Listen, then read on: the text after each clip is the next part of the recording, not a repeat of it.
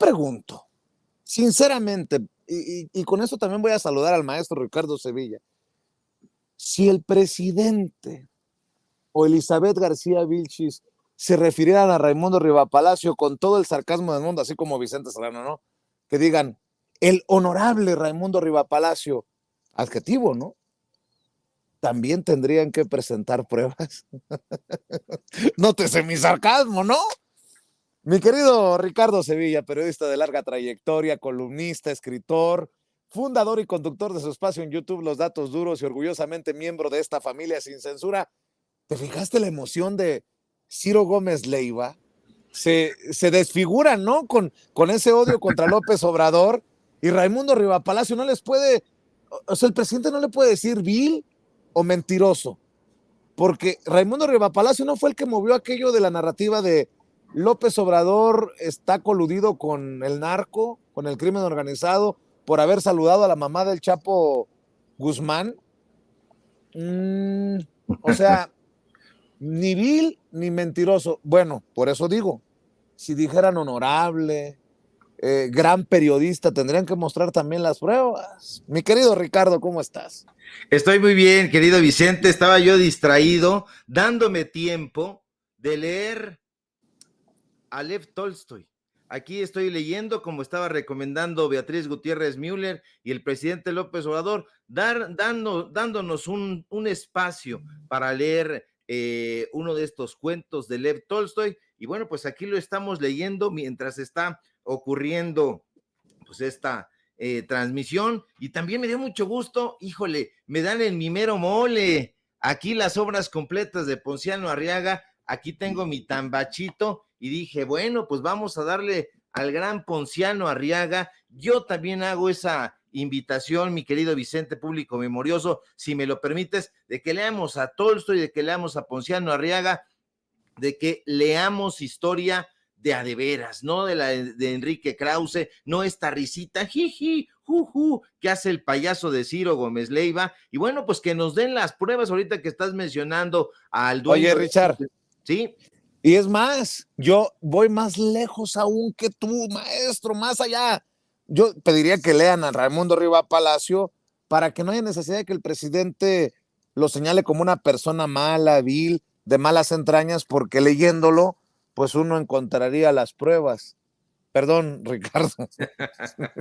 Sí, ahí, este personaje solito da pruebas de su sevicia, de las mentiras, y bueno, de todo. Nosotros hemos exhibido una y otra vez los contratos. ¿Por qué no nos reta a nosotros los contratos que tiene estrictamente digital? Ese medio de comunicación chayotero que ha recibido millones y que recibía muchos más millones en los sexenios anteriores, y particularmente aquí en la Ciudad de México era un gran promotor de las políticas sobresalientes de Miguel Ángel Mancera. Así que no venga este personaje. A nosotros no nos mostró ninguna prueba de que fuéramos los tejedores de propaganda. Bueno, yo era el tejedor de propaganda y como bien apuntaste hace un momento, pues ustedes estarían trabajando para que tejiéramos esa propaganda a favor del gobierno del presidente López Obrador. Yo jamás en mi vida he establecido una comunicación con el presidente López Obrador, como no fue en aquella ocasión en la conferencia mañanera. Y bueno, de ahí en fuera no tenemos más que simpatía por una transformación en general, en lo social, en lo político, en lo económico, en lo cultural, en lo intelectual, en lo periodístico, pero evidentemente Raimundo Rivapalacio no se va a poner con nosotros, porque nosotros sí le vamos a dar un periodicazo en el hocico, y no un periodicazo digital, sino un periodicazo con datos duros, porque tenemos muchísima información de que este personaje es un absoluto chayotero, pero sabe perfectamente que ahí ir al foro de los malandros, ahí con Ciro Gómez Leiva, con estas risitas pastosas, bueno, pues es una entrevista a modo. Hay que recordar que estos sujetos, mi querido Vicente, público memorioso, formaban esa dupla en el periódico Milenio, eran los directores de la revista Milenio primero y después del periódico Milenio, Raimundo Rivapalacio, estaba Federico Arriola también ahí, después se incluyeron a Carlos Marín, o sea, eran los cuatro fantásticos de las mentiras, así que los conocemos perfectamente y vamos a seguir exhibiéndolos. Mejor usted no los pele, lea Tolstoy, lea Ponciano Arriaga, la historia, no lea Enrique Krause y vámonos rápidamente con los datos duros, querido Vicente.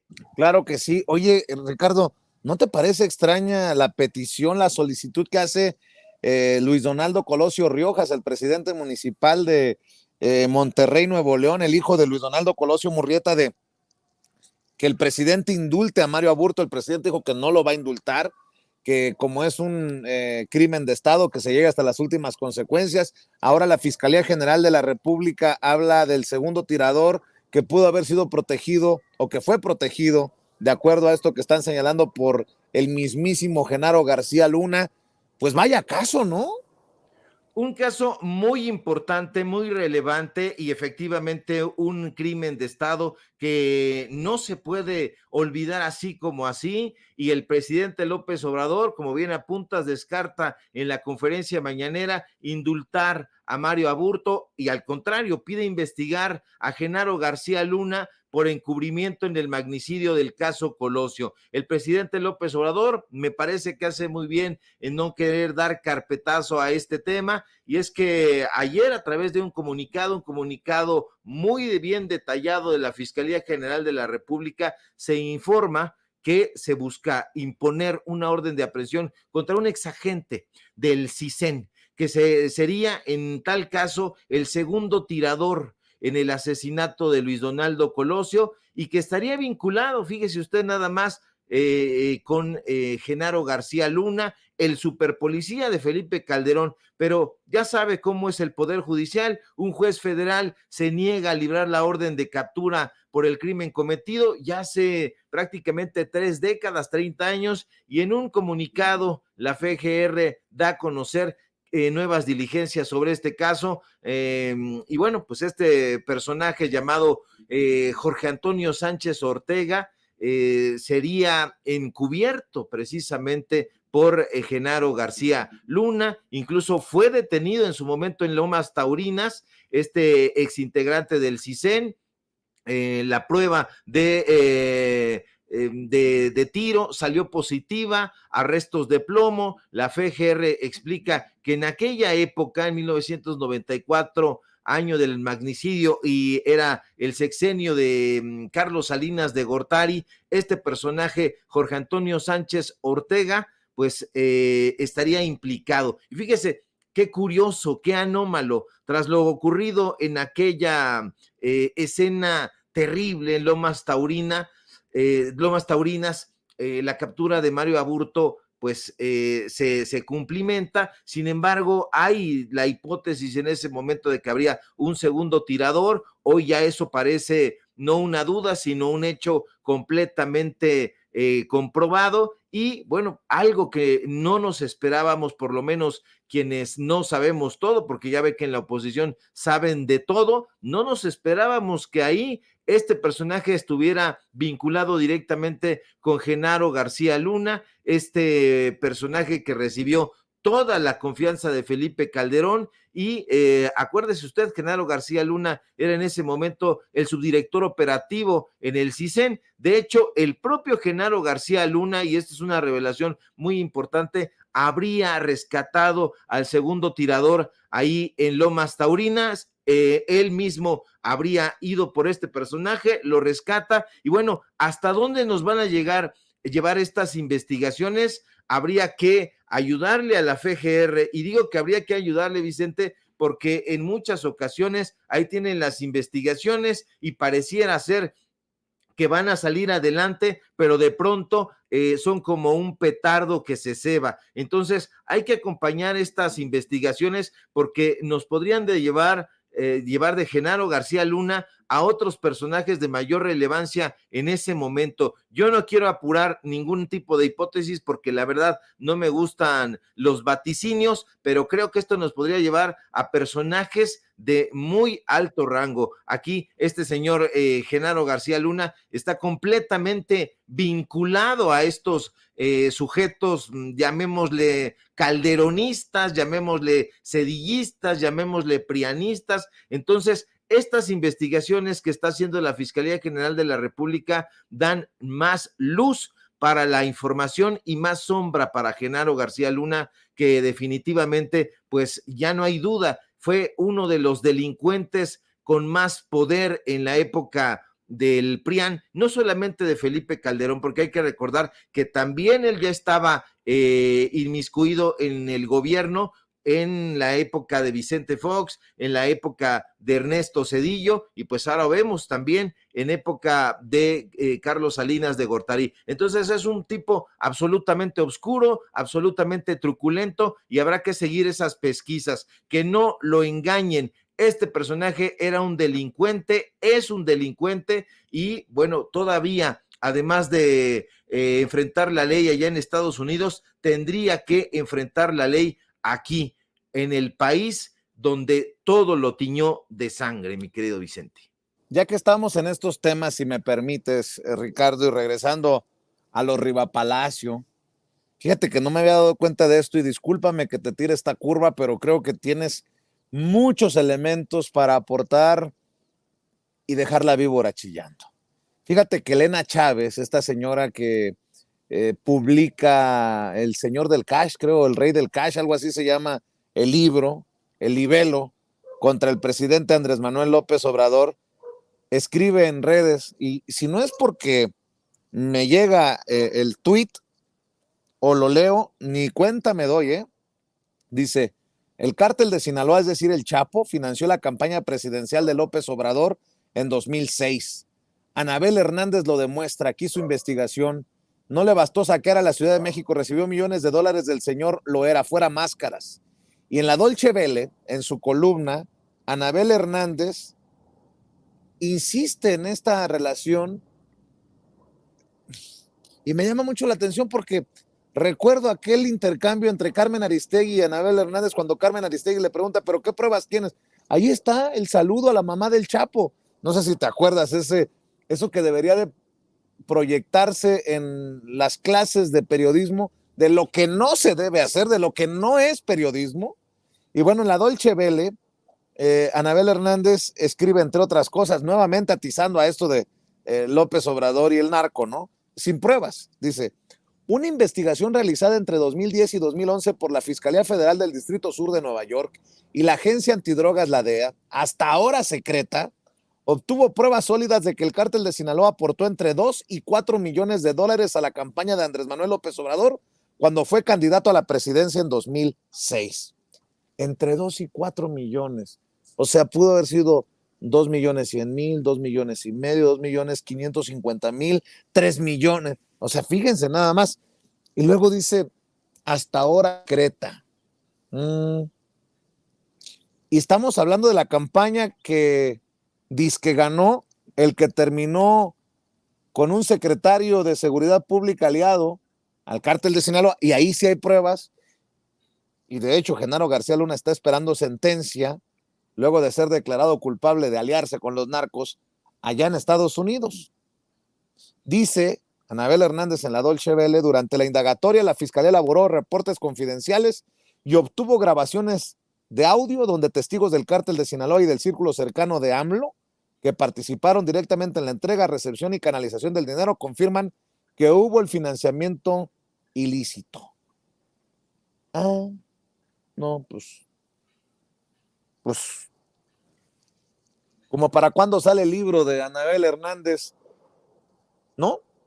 Pues fíjate, Vicente, que estos personajes ya deberían dedicarse a la literatura de ficción. Esa es la realidad. Nosotros lo hemos comentado en este espacio aquí en Sin Censura. El periodismo tiene que tener un rigor. No son solamente las ocurrencias, o no deberían de ser las ocurrencias, ni la animadversión. lo que encaminara a una investigación periodística. No, no estamos hablando de literatura. Fíjese, hace un momento hablábamos de Lev Tolstoy, hace un momento estábamos invitando a la gente que leyera, pero sabemos perfectamente que hay una honda distancia entre la literatura, que es esencialmente de ficción, aunque se escriban metaficción y que yo pueda estar ahí encubriendo ciertas informaciones. La verdad es que todo eso es un mundo que se ha tejido de ficción, pero en el periodismo es otra cosa. Lo único que los emparenta es la escritura, pero más allá de eso, el periodismo se tiene que ejercer con un rigor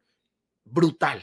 Entonces, a mí no me convence, nunca me convenció Anabel Hernández, mucho menos Carmen Aristegui, que en épocas de ciegos, pues ellas eran las tuertas e imponían una narrativa, e hicieron creer a muchísimas personas que eran arrojadas, que eran valientes, que hacían investigaciones, pero el periodismo de narcotráfico, la verdad es que es muy fácil de llevar a cabo. Y sí, yo sé que me voy a echar al cuello a muchos colegas que van a decir, a ver, practícalo, etcétera. Sí, la verdad es que la mayoría de los personajes que escriben estos libros sobre el narcotráfico y de las relaciones que hubo o hay entre el Mayo Zambada, entre el cártel de Sinaloa, el cártel del Golfo y todas estas cosas que se han entretejido, todos estos episodios, no carecen de rigor, y carecen de rigor porque yo le puedo adjudicar el día de mañana una declaración al Mayo Zambada, le pude haber adjudicado una al Azul, le pude haber adjudicado otra al Cochiloco, etcétera, etcétera, pero nunca van a salir estos personajes y van a decir, esta es la realidad. Yo te voy a contradecir aquí porque lo que yo dije y lo que yo hice fue esto. Entonces, como esos personajes están por allá resguardados, encubiertos, no van a salir. Y a diferencia del periodismo de corte político, el del periodismo de corte social, los datos duros están ahí. Si Anabel Hernández tiene un audio, tiene un video, tiene alguna prueba concreta de que el presidente López Obrador habría estado relacionado con el cártel de Sinaloa y concretamente con el Chapo Guzmán, más allá de esta torpeza que ella dice que el saludo a la mamá del Chapo, que lo pruebe y que lo compruebe. A eso estás obligado cuando eres un periodista o que vayas a campo. Yo no he visto nunca a Anabel Hernández en campo entrevistando a estos personajes. Todas sus informaciones son siempre fuentes que decidieron resguardar su identidad porque temen por su seguridad, nos dijeron que tal o cual cosa. Bueno, cuando tú haces ese tipo de cosas, porque nosotros en algún momento lo hemos hecho, pues entonces muestras los contratos, muestras las facturas, muestras las fotografías, muestras los audios o muestras los videos y entonces eso va a dar soporte a esas fuentes anónimas. Pero cuando todo es al estilo de Elena Chávez, ese periodismo de ficción tendría que tener buena cabida en el Fondo de Cultura Económica en la sección de literatura y que lo vendan en la sección de ficción ahí en Gandhi o en el Parnaso o en cualquiera de estas tiendas. No le estamos haciendo publicidad, pero la verdad es que ese periodismo que practican no existe, es un periodismo de mentiritas, incluso entre ellos mismos así lo decían. Hoy Marco Levario defiende a Carmen Aristegui, La Tostada, pero hasta tiene un libro que se llama El periodismo de ficción de Carmen Aristegui. Ellos saben, Vicente, perfectamente que hacen triquiñuelas, que son mentirosos y que el periodismo que dicen ejercer nunca ha existido y siempre ha estado en un fango y se va hundiendo poco a poco. Yo creo que hoy esas especulaciones de Raimundo Rivapalacio, de Carmen Aristegui, de Anabel Hernández están a la baja y bueno, se encuentran desesperados tratando de dar una nota, pero no pegan con nada.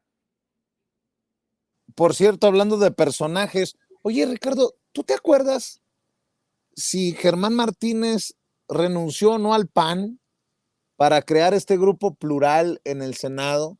Este chapulín que va brinque y brinque, ¿no? Y acuérdate que brincó del PAN a Morena y después el grupo, creo que dejó el PAN, ¿no? ¿Tú te acuerdas de eso? Germán Martínez, el traidorcete este que fue director del IMSS.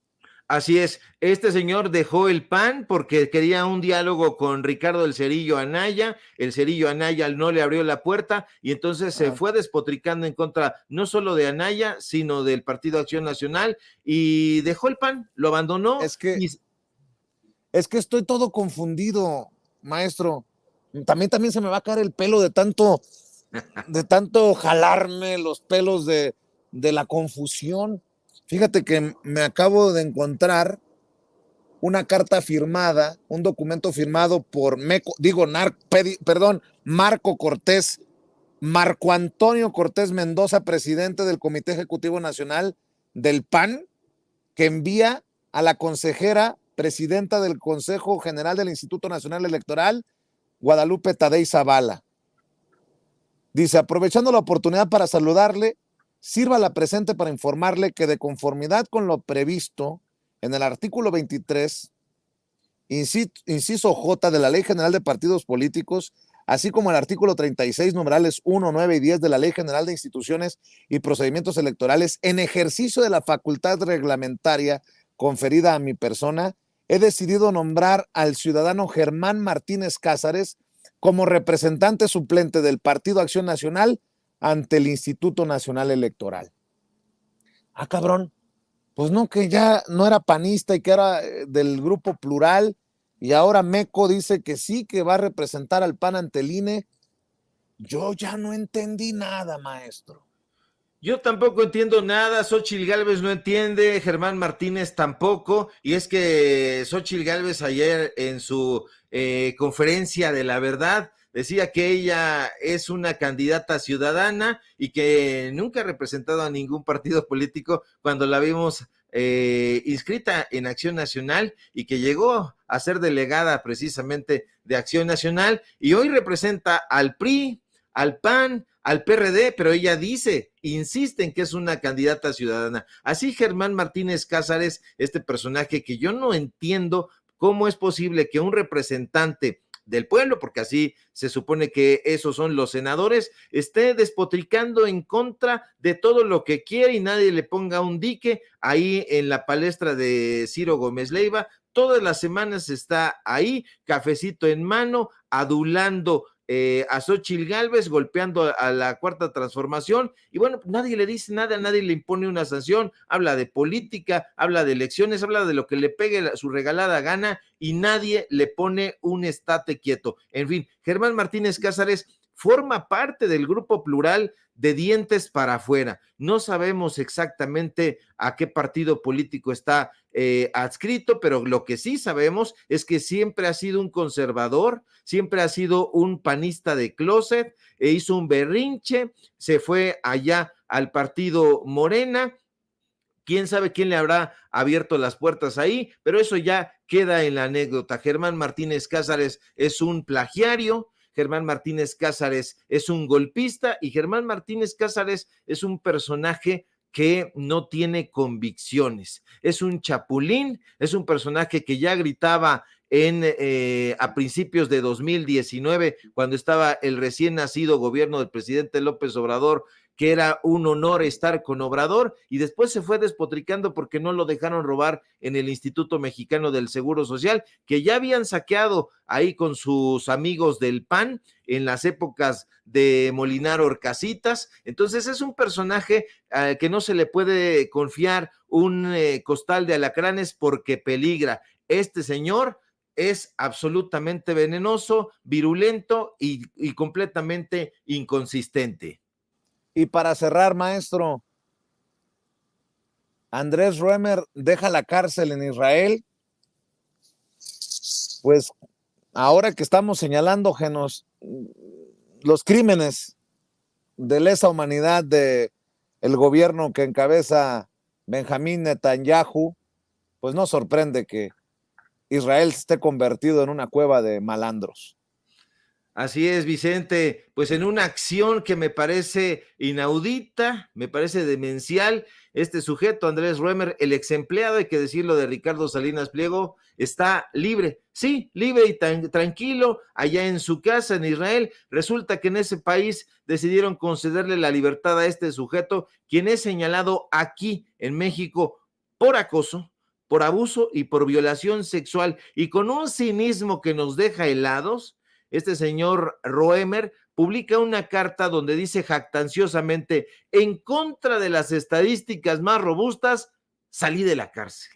Y sí, muchas voces nos pronunciábamos a favor de que este sujeto enfrentara a la justicia tras las rejas, pero lamentablemente no será de esa manera. En Israel, las polémicas autoridades de ese país determinaron que el ex empleado de Salinas Pliego no es una persona peligrosa y que por lo mismo podrá continuar con el proceso penal en su contra en su casita, es decir, en arresto domiciliario. Roemer está en su casa y de momento está lanzando campanas al vuelo, no será deportado a México para encarar a la justicia. Pero hay que recordar, Vicente, ¿quién demonios es este sujeto? Andrés Roemer, quien se paseaba alegremente, usted lo vio por los foros de Televisión Azteca, dándoselas de escritor, dándoselas de pensador, era uno de los empleados consentidos del usurero Salinas Pliego, y varias de las mujeres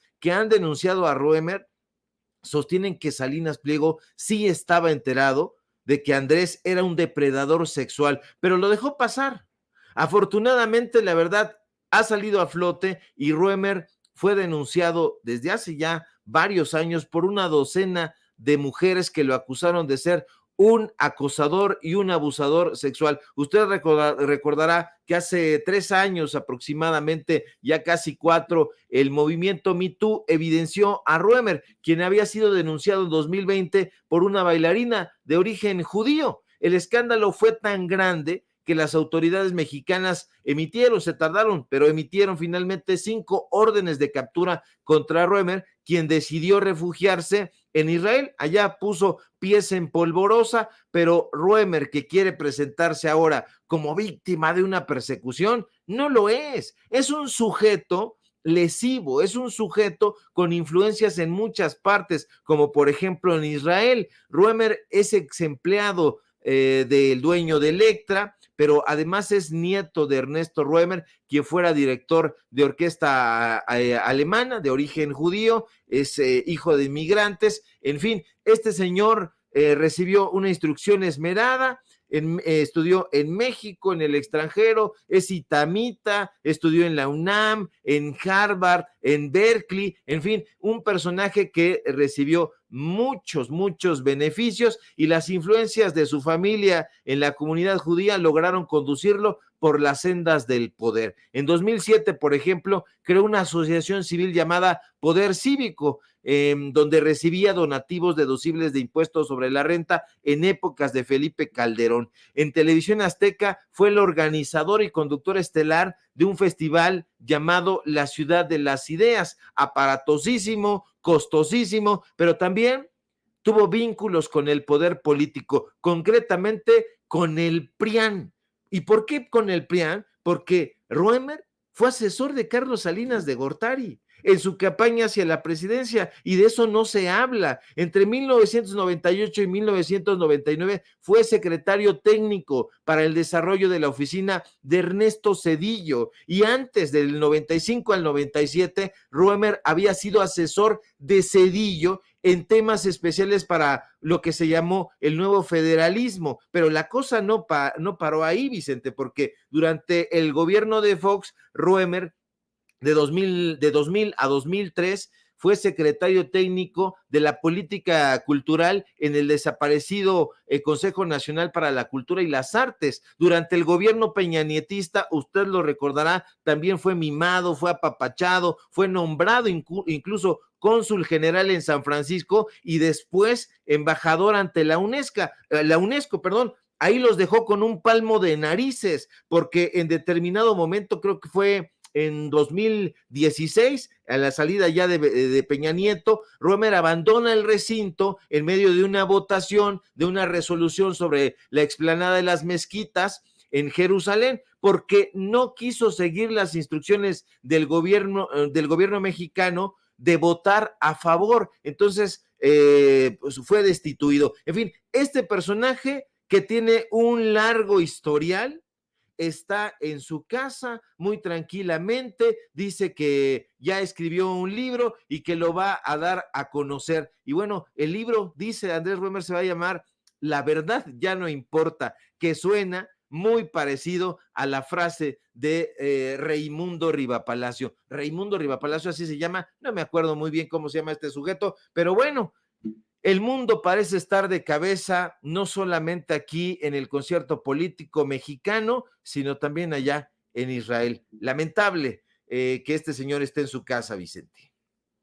Definitivamente, Ricardo, y como siempre, maestro, es un placer que podamos compartir sin censura nuestras opiniones, nuestros comentarios sobre estos temas. ¿Por qué no cerramos invitando a la audiencia para que siga respaldando tus aportaciones desde diferentes trincheras? Claro que sí, querido Vicente, público memorioso, un placer que nos siga y que nos acompañe aquí en este espacio libre como el viento de Sin Censura. Síganos también en nuestras redes sociales en X, @Sevilla Crítico, en Facebook, Ricardo Sevilla Sin Nada Más. Síganos en Paralelo 24. En los datos duros tenemos informativo hoy en punto de las 9 de la noche. Te mando un fuerte abrazo, querido Vicente, público memorioso, y estamos pendientes a la información. Gracias, Ricardo, el maestro Ricardo Sevilla, hablando con nosotros sin censura y deja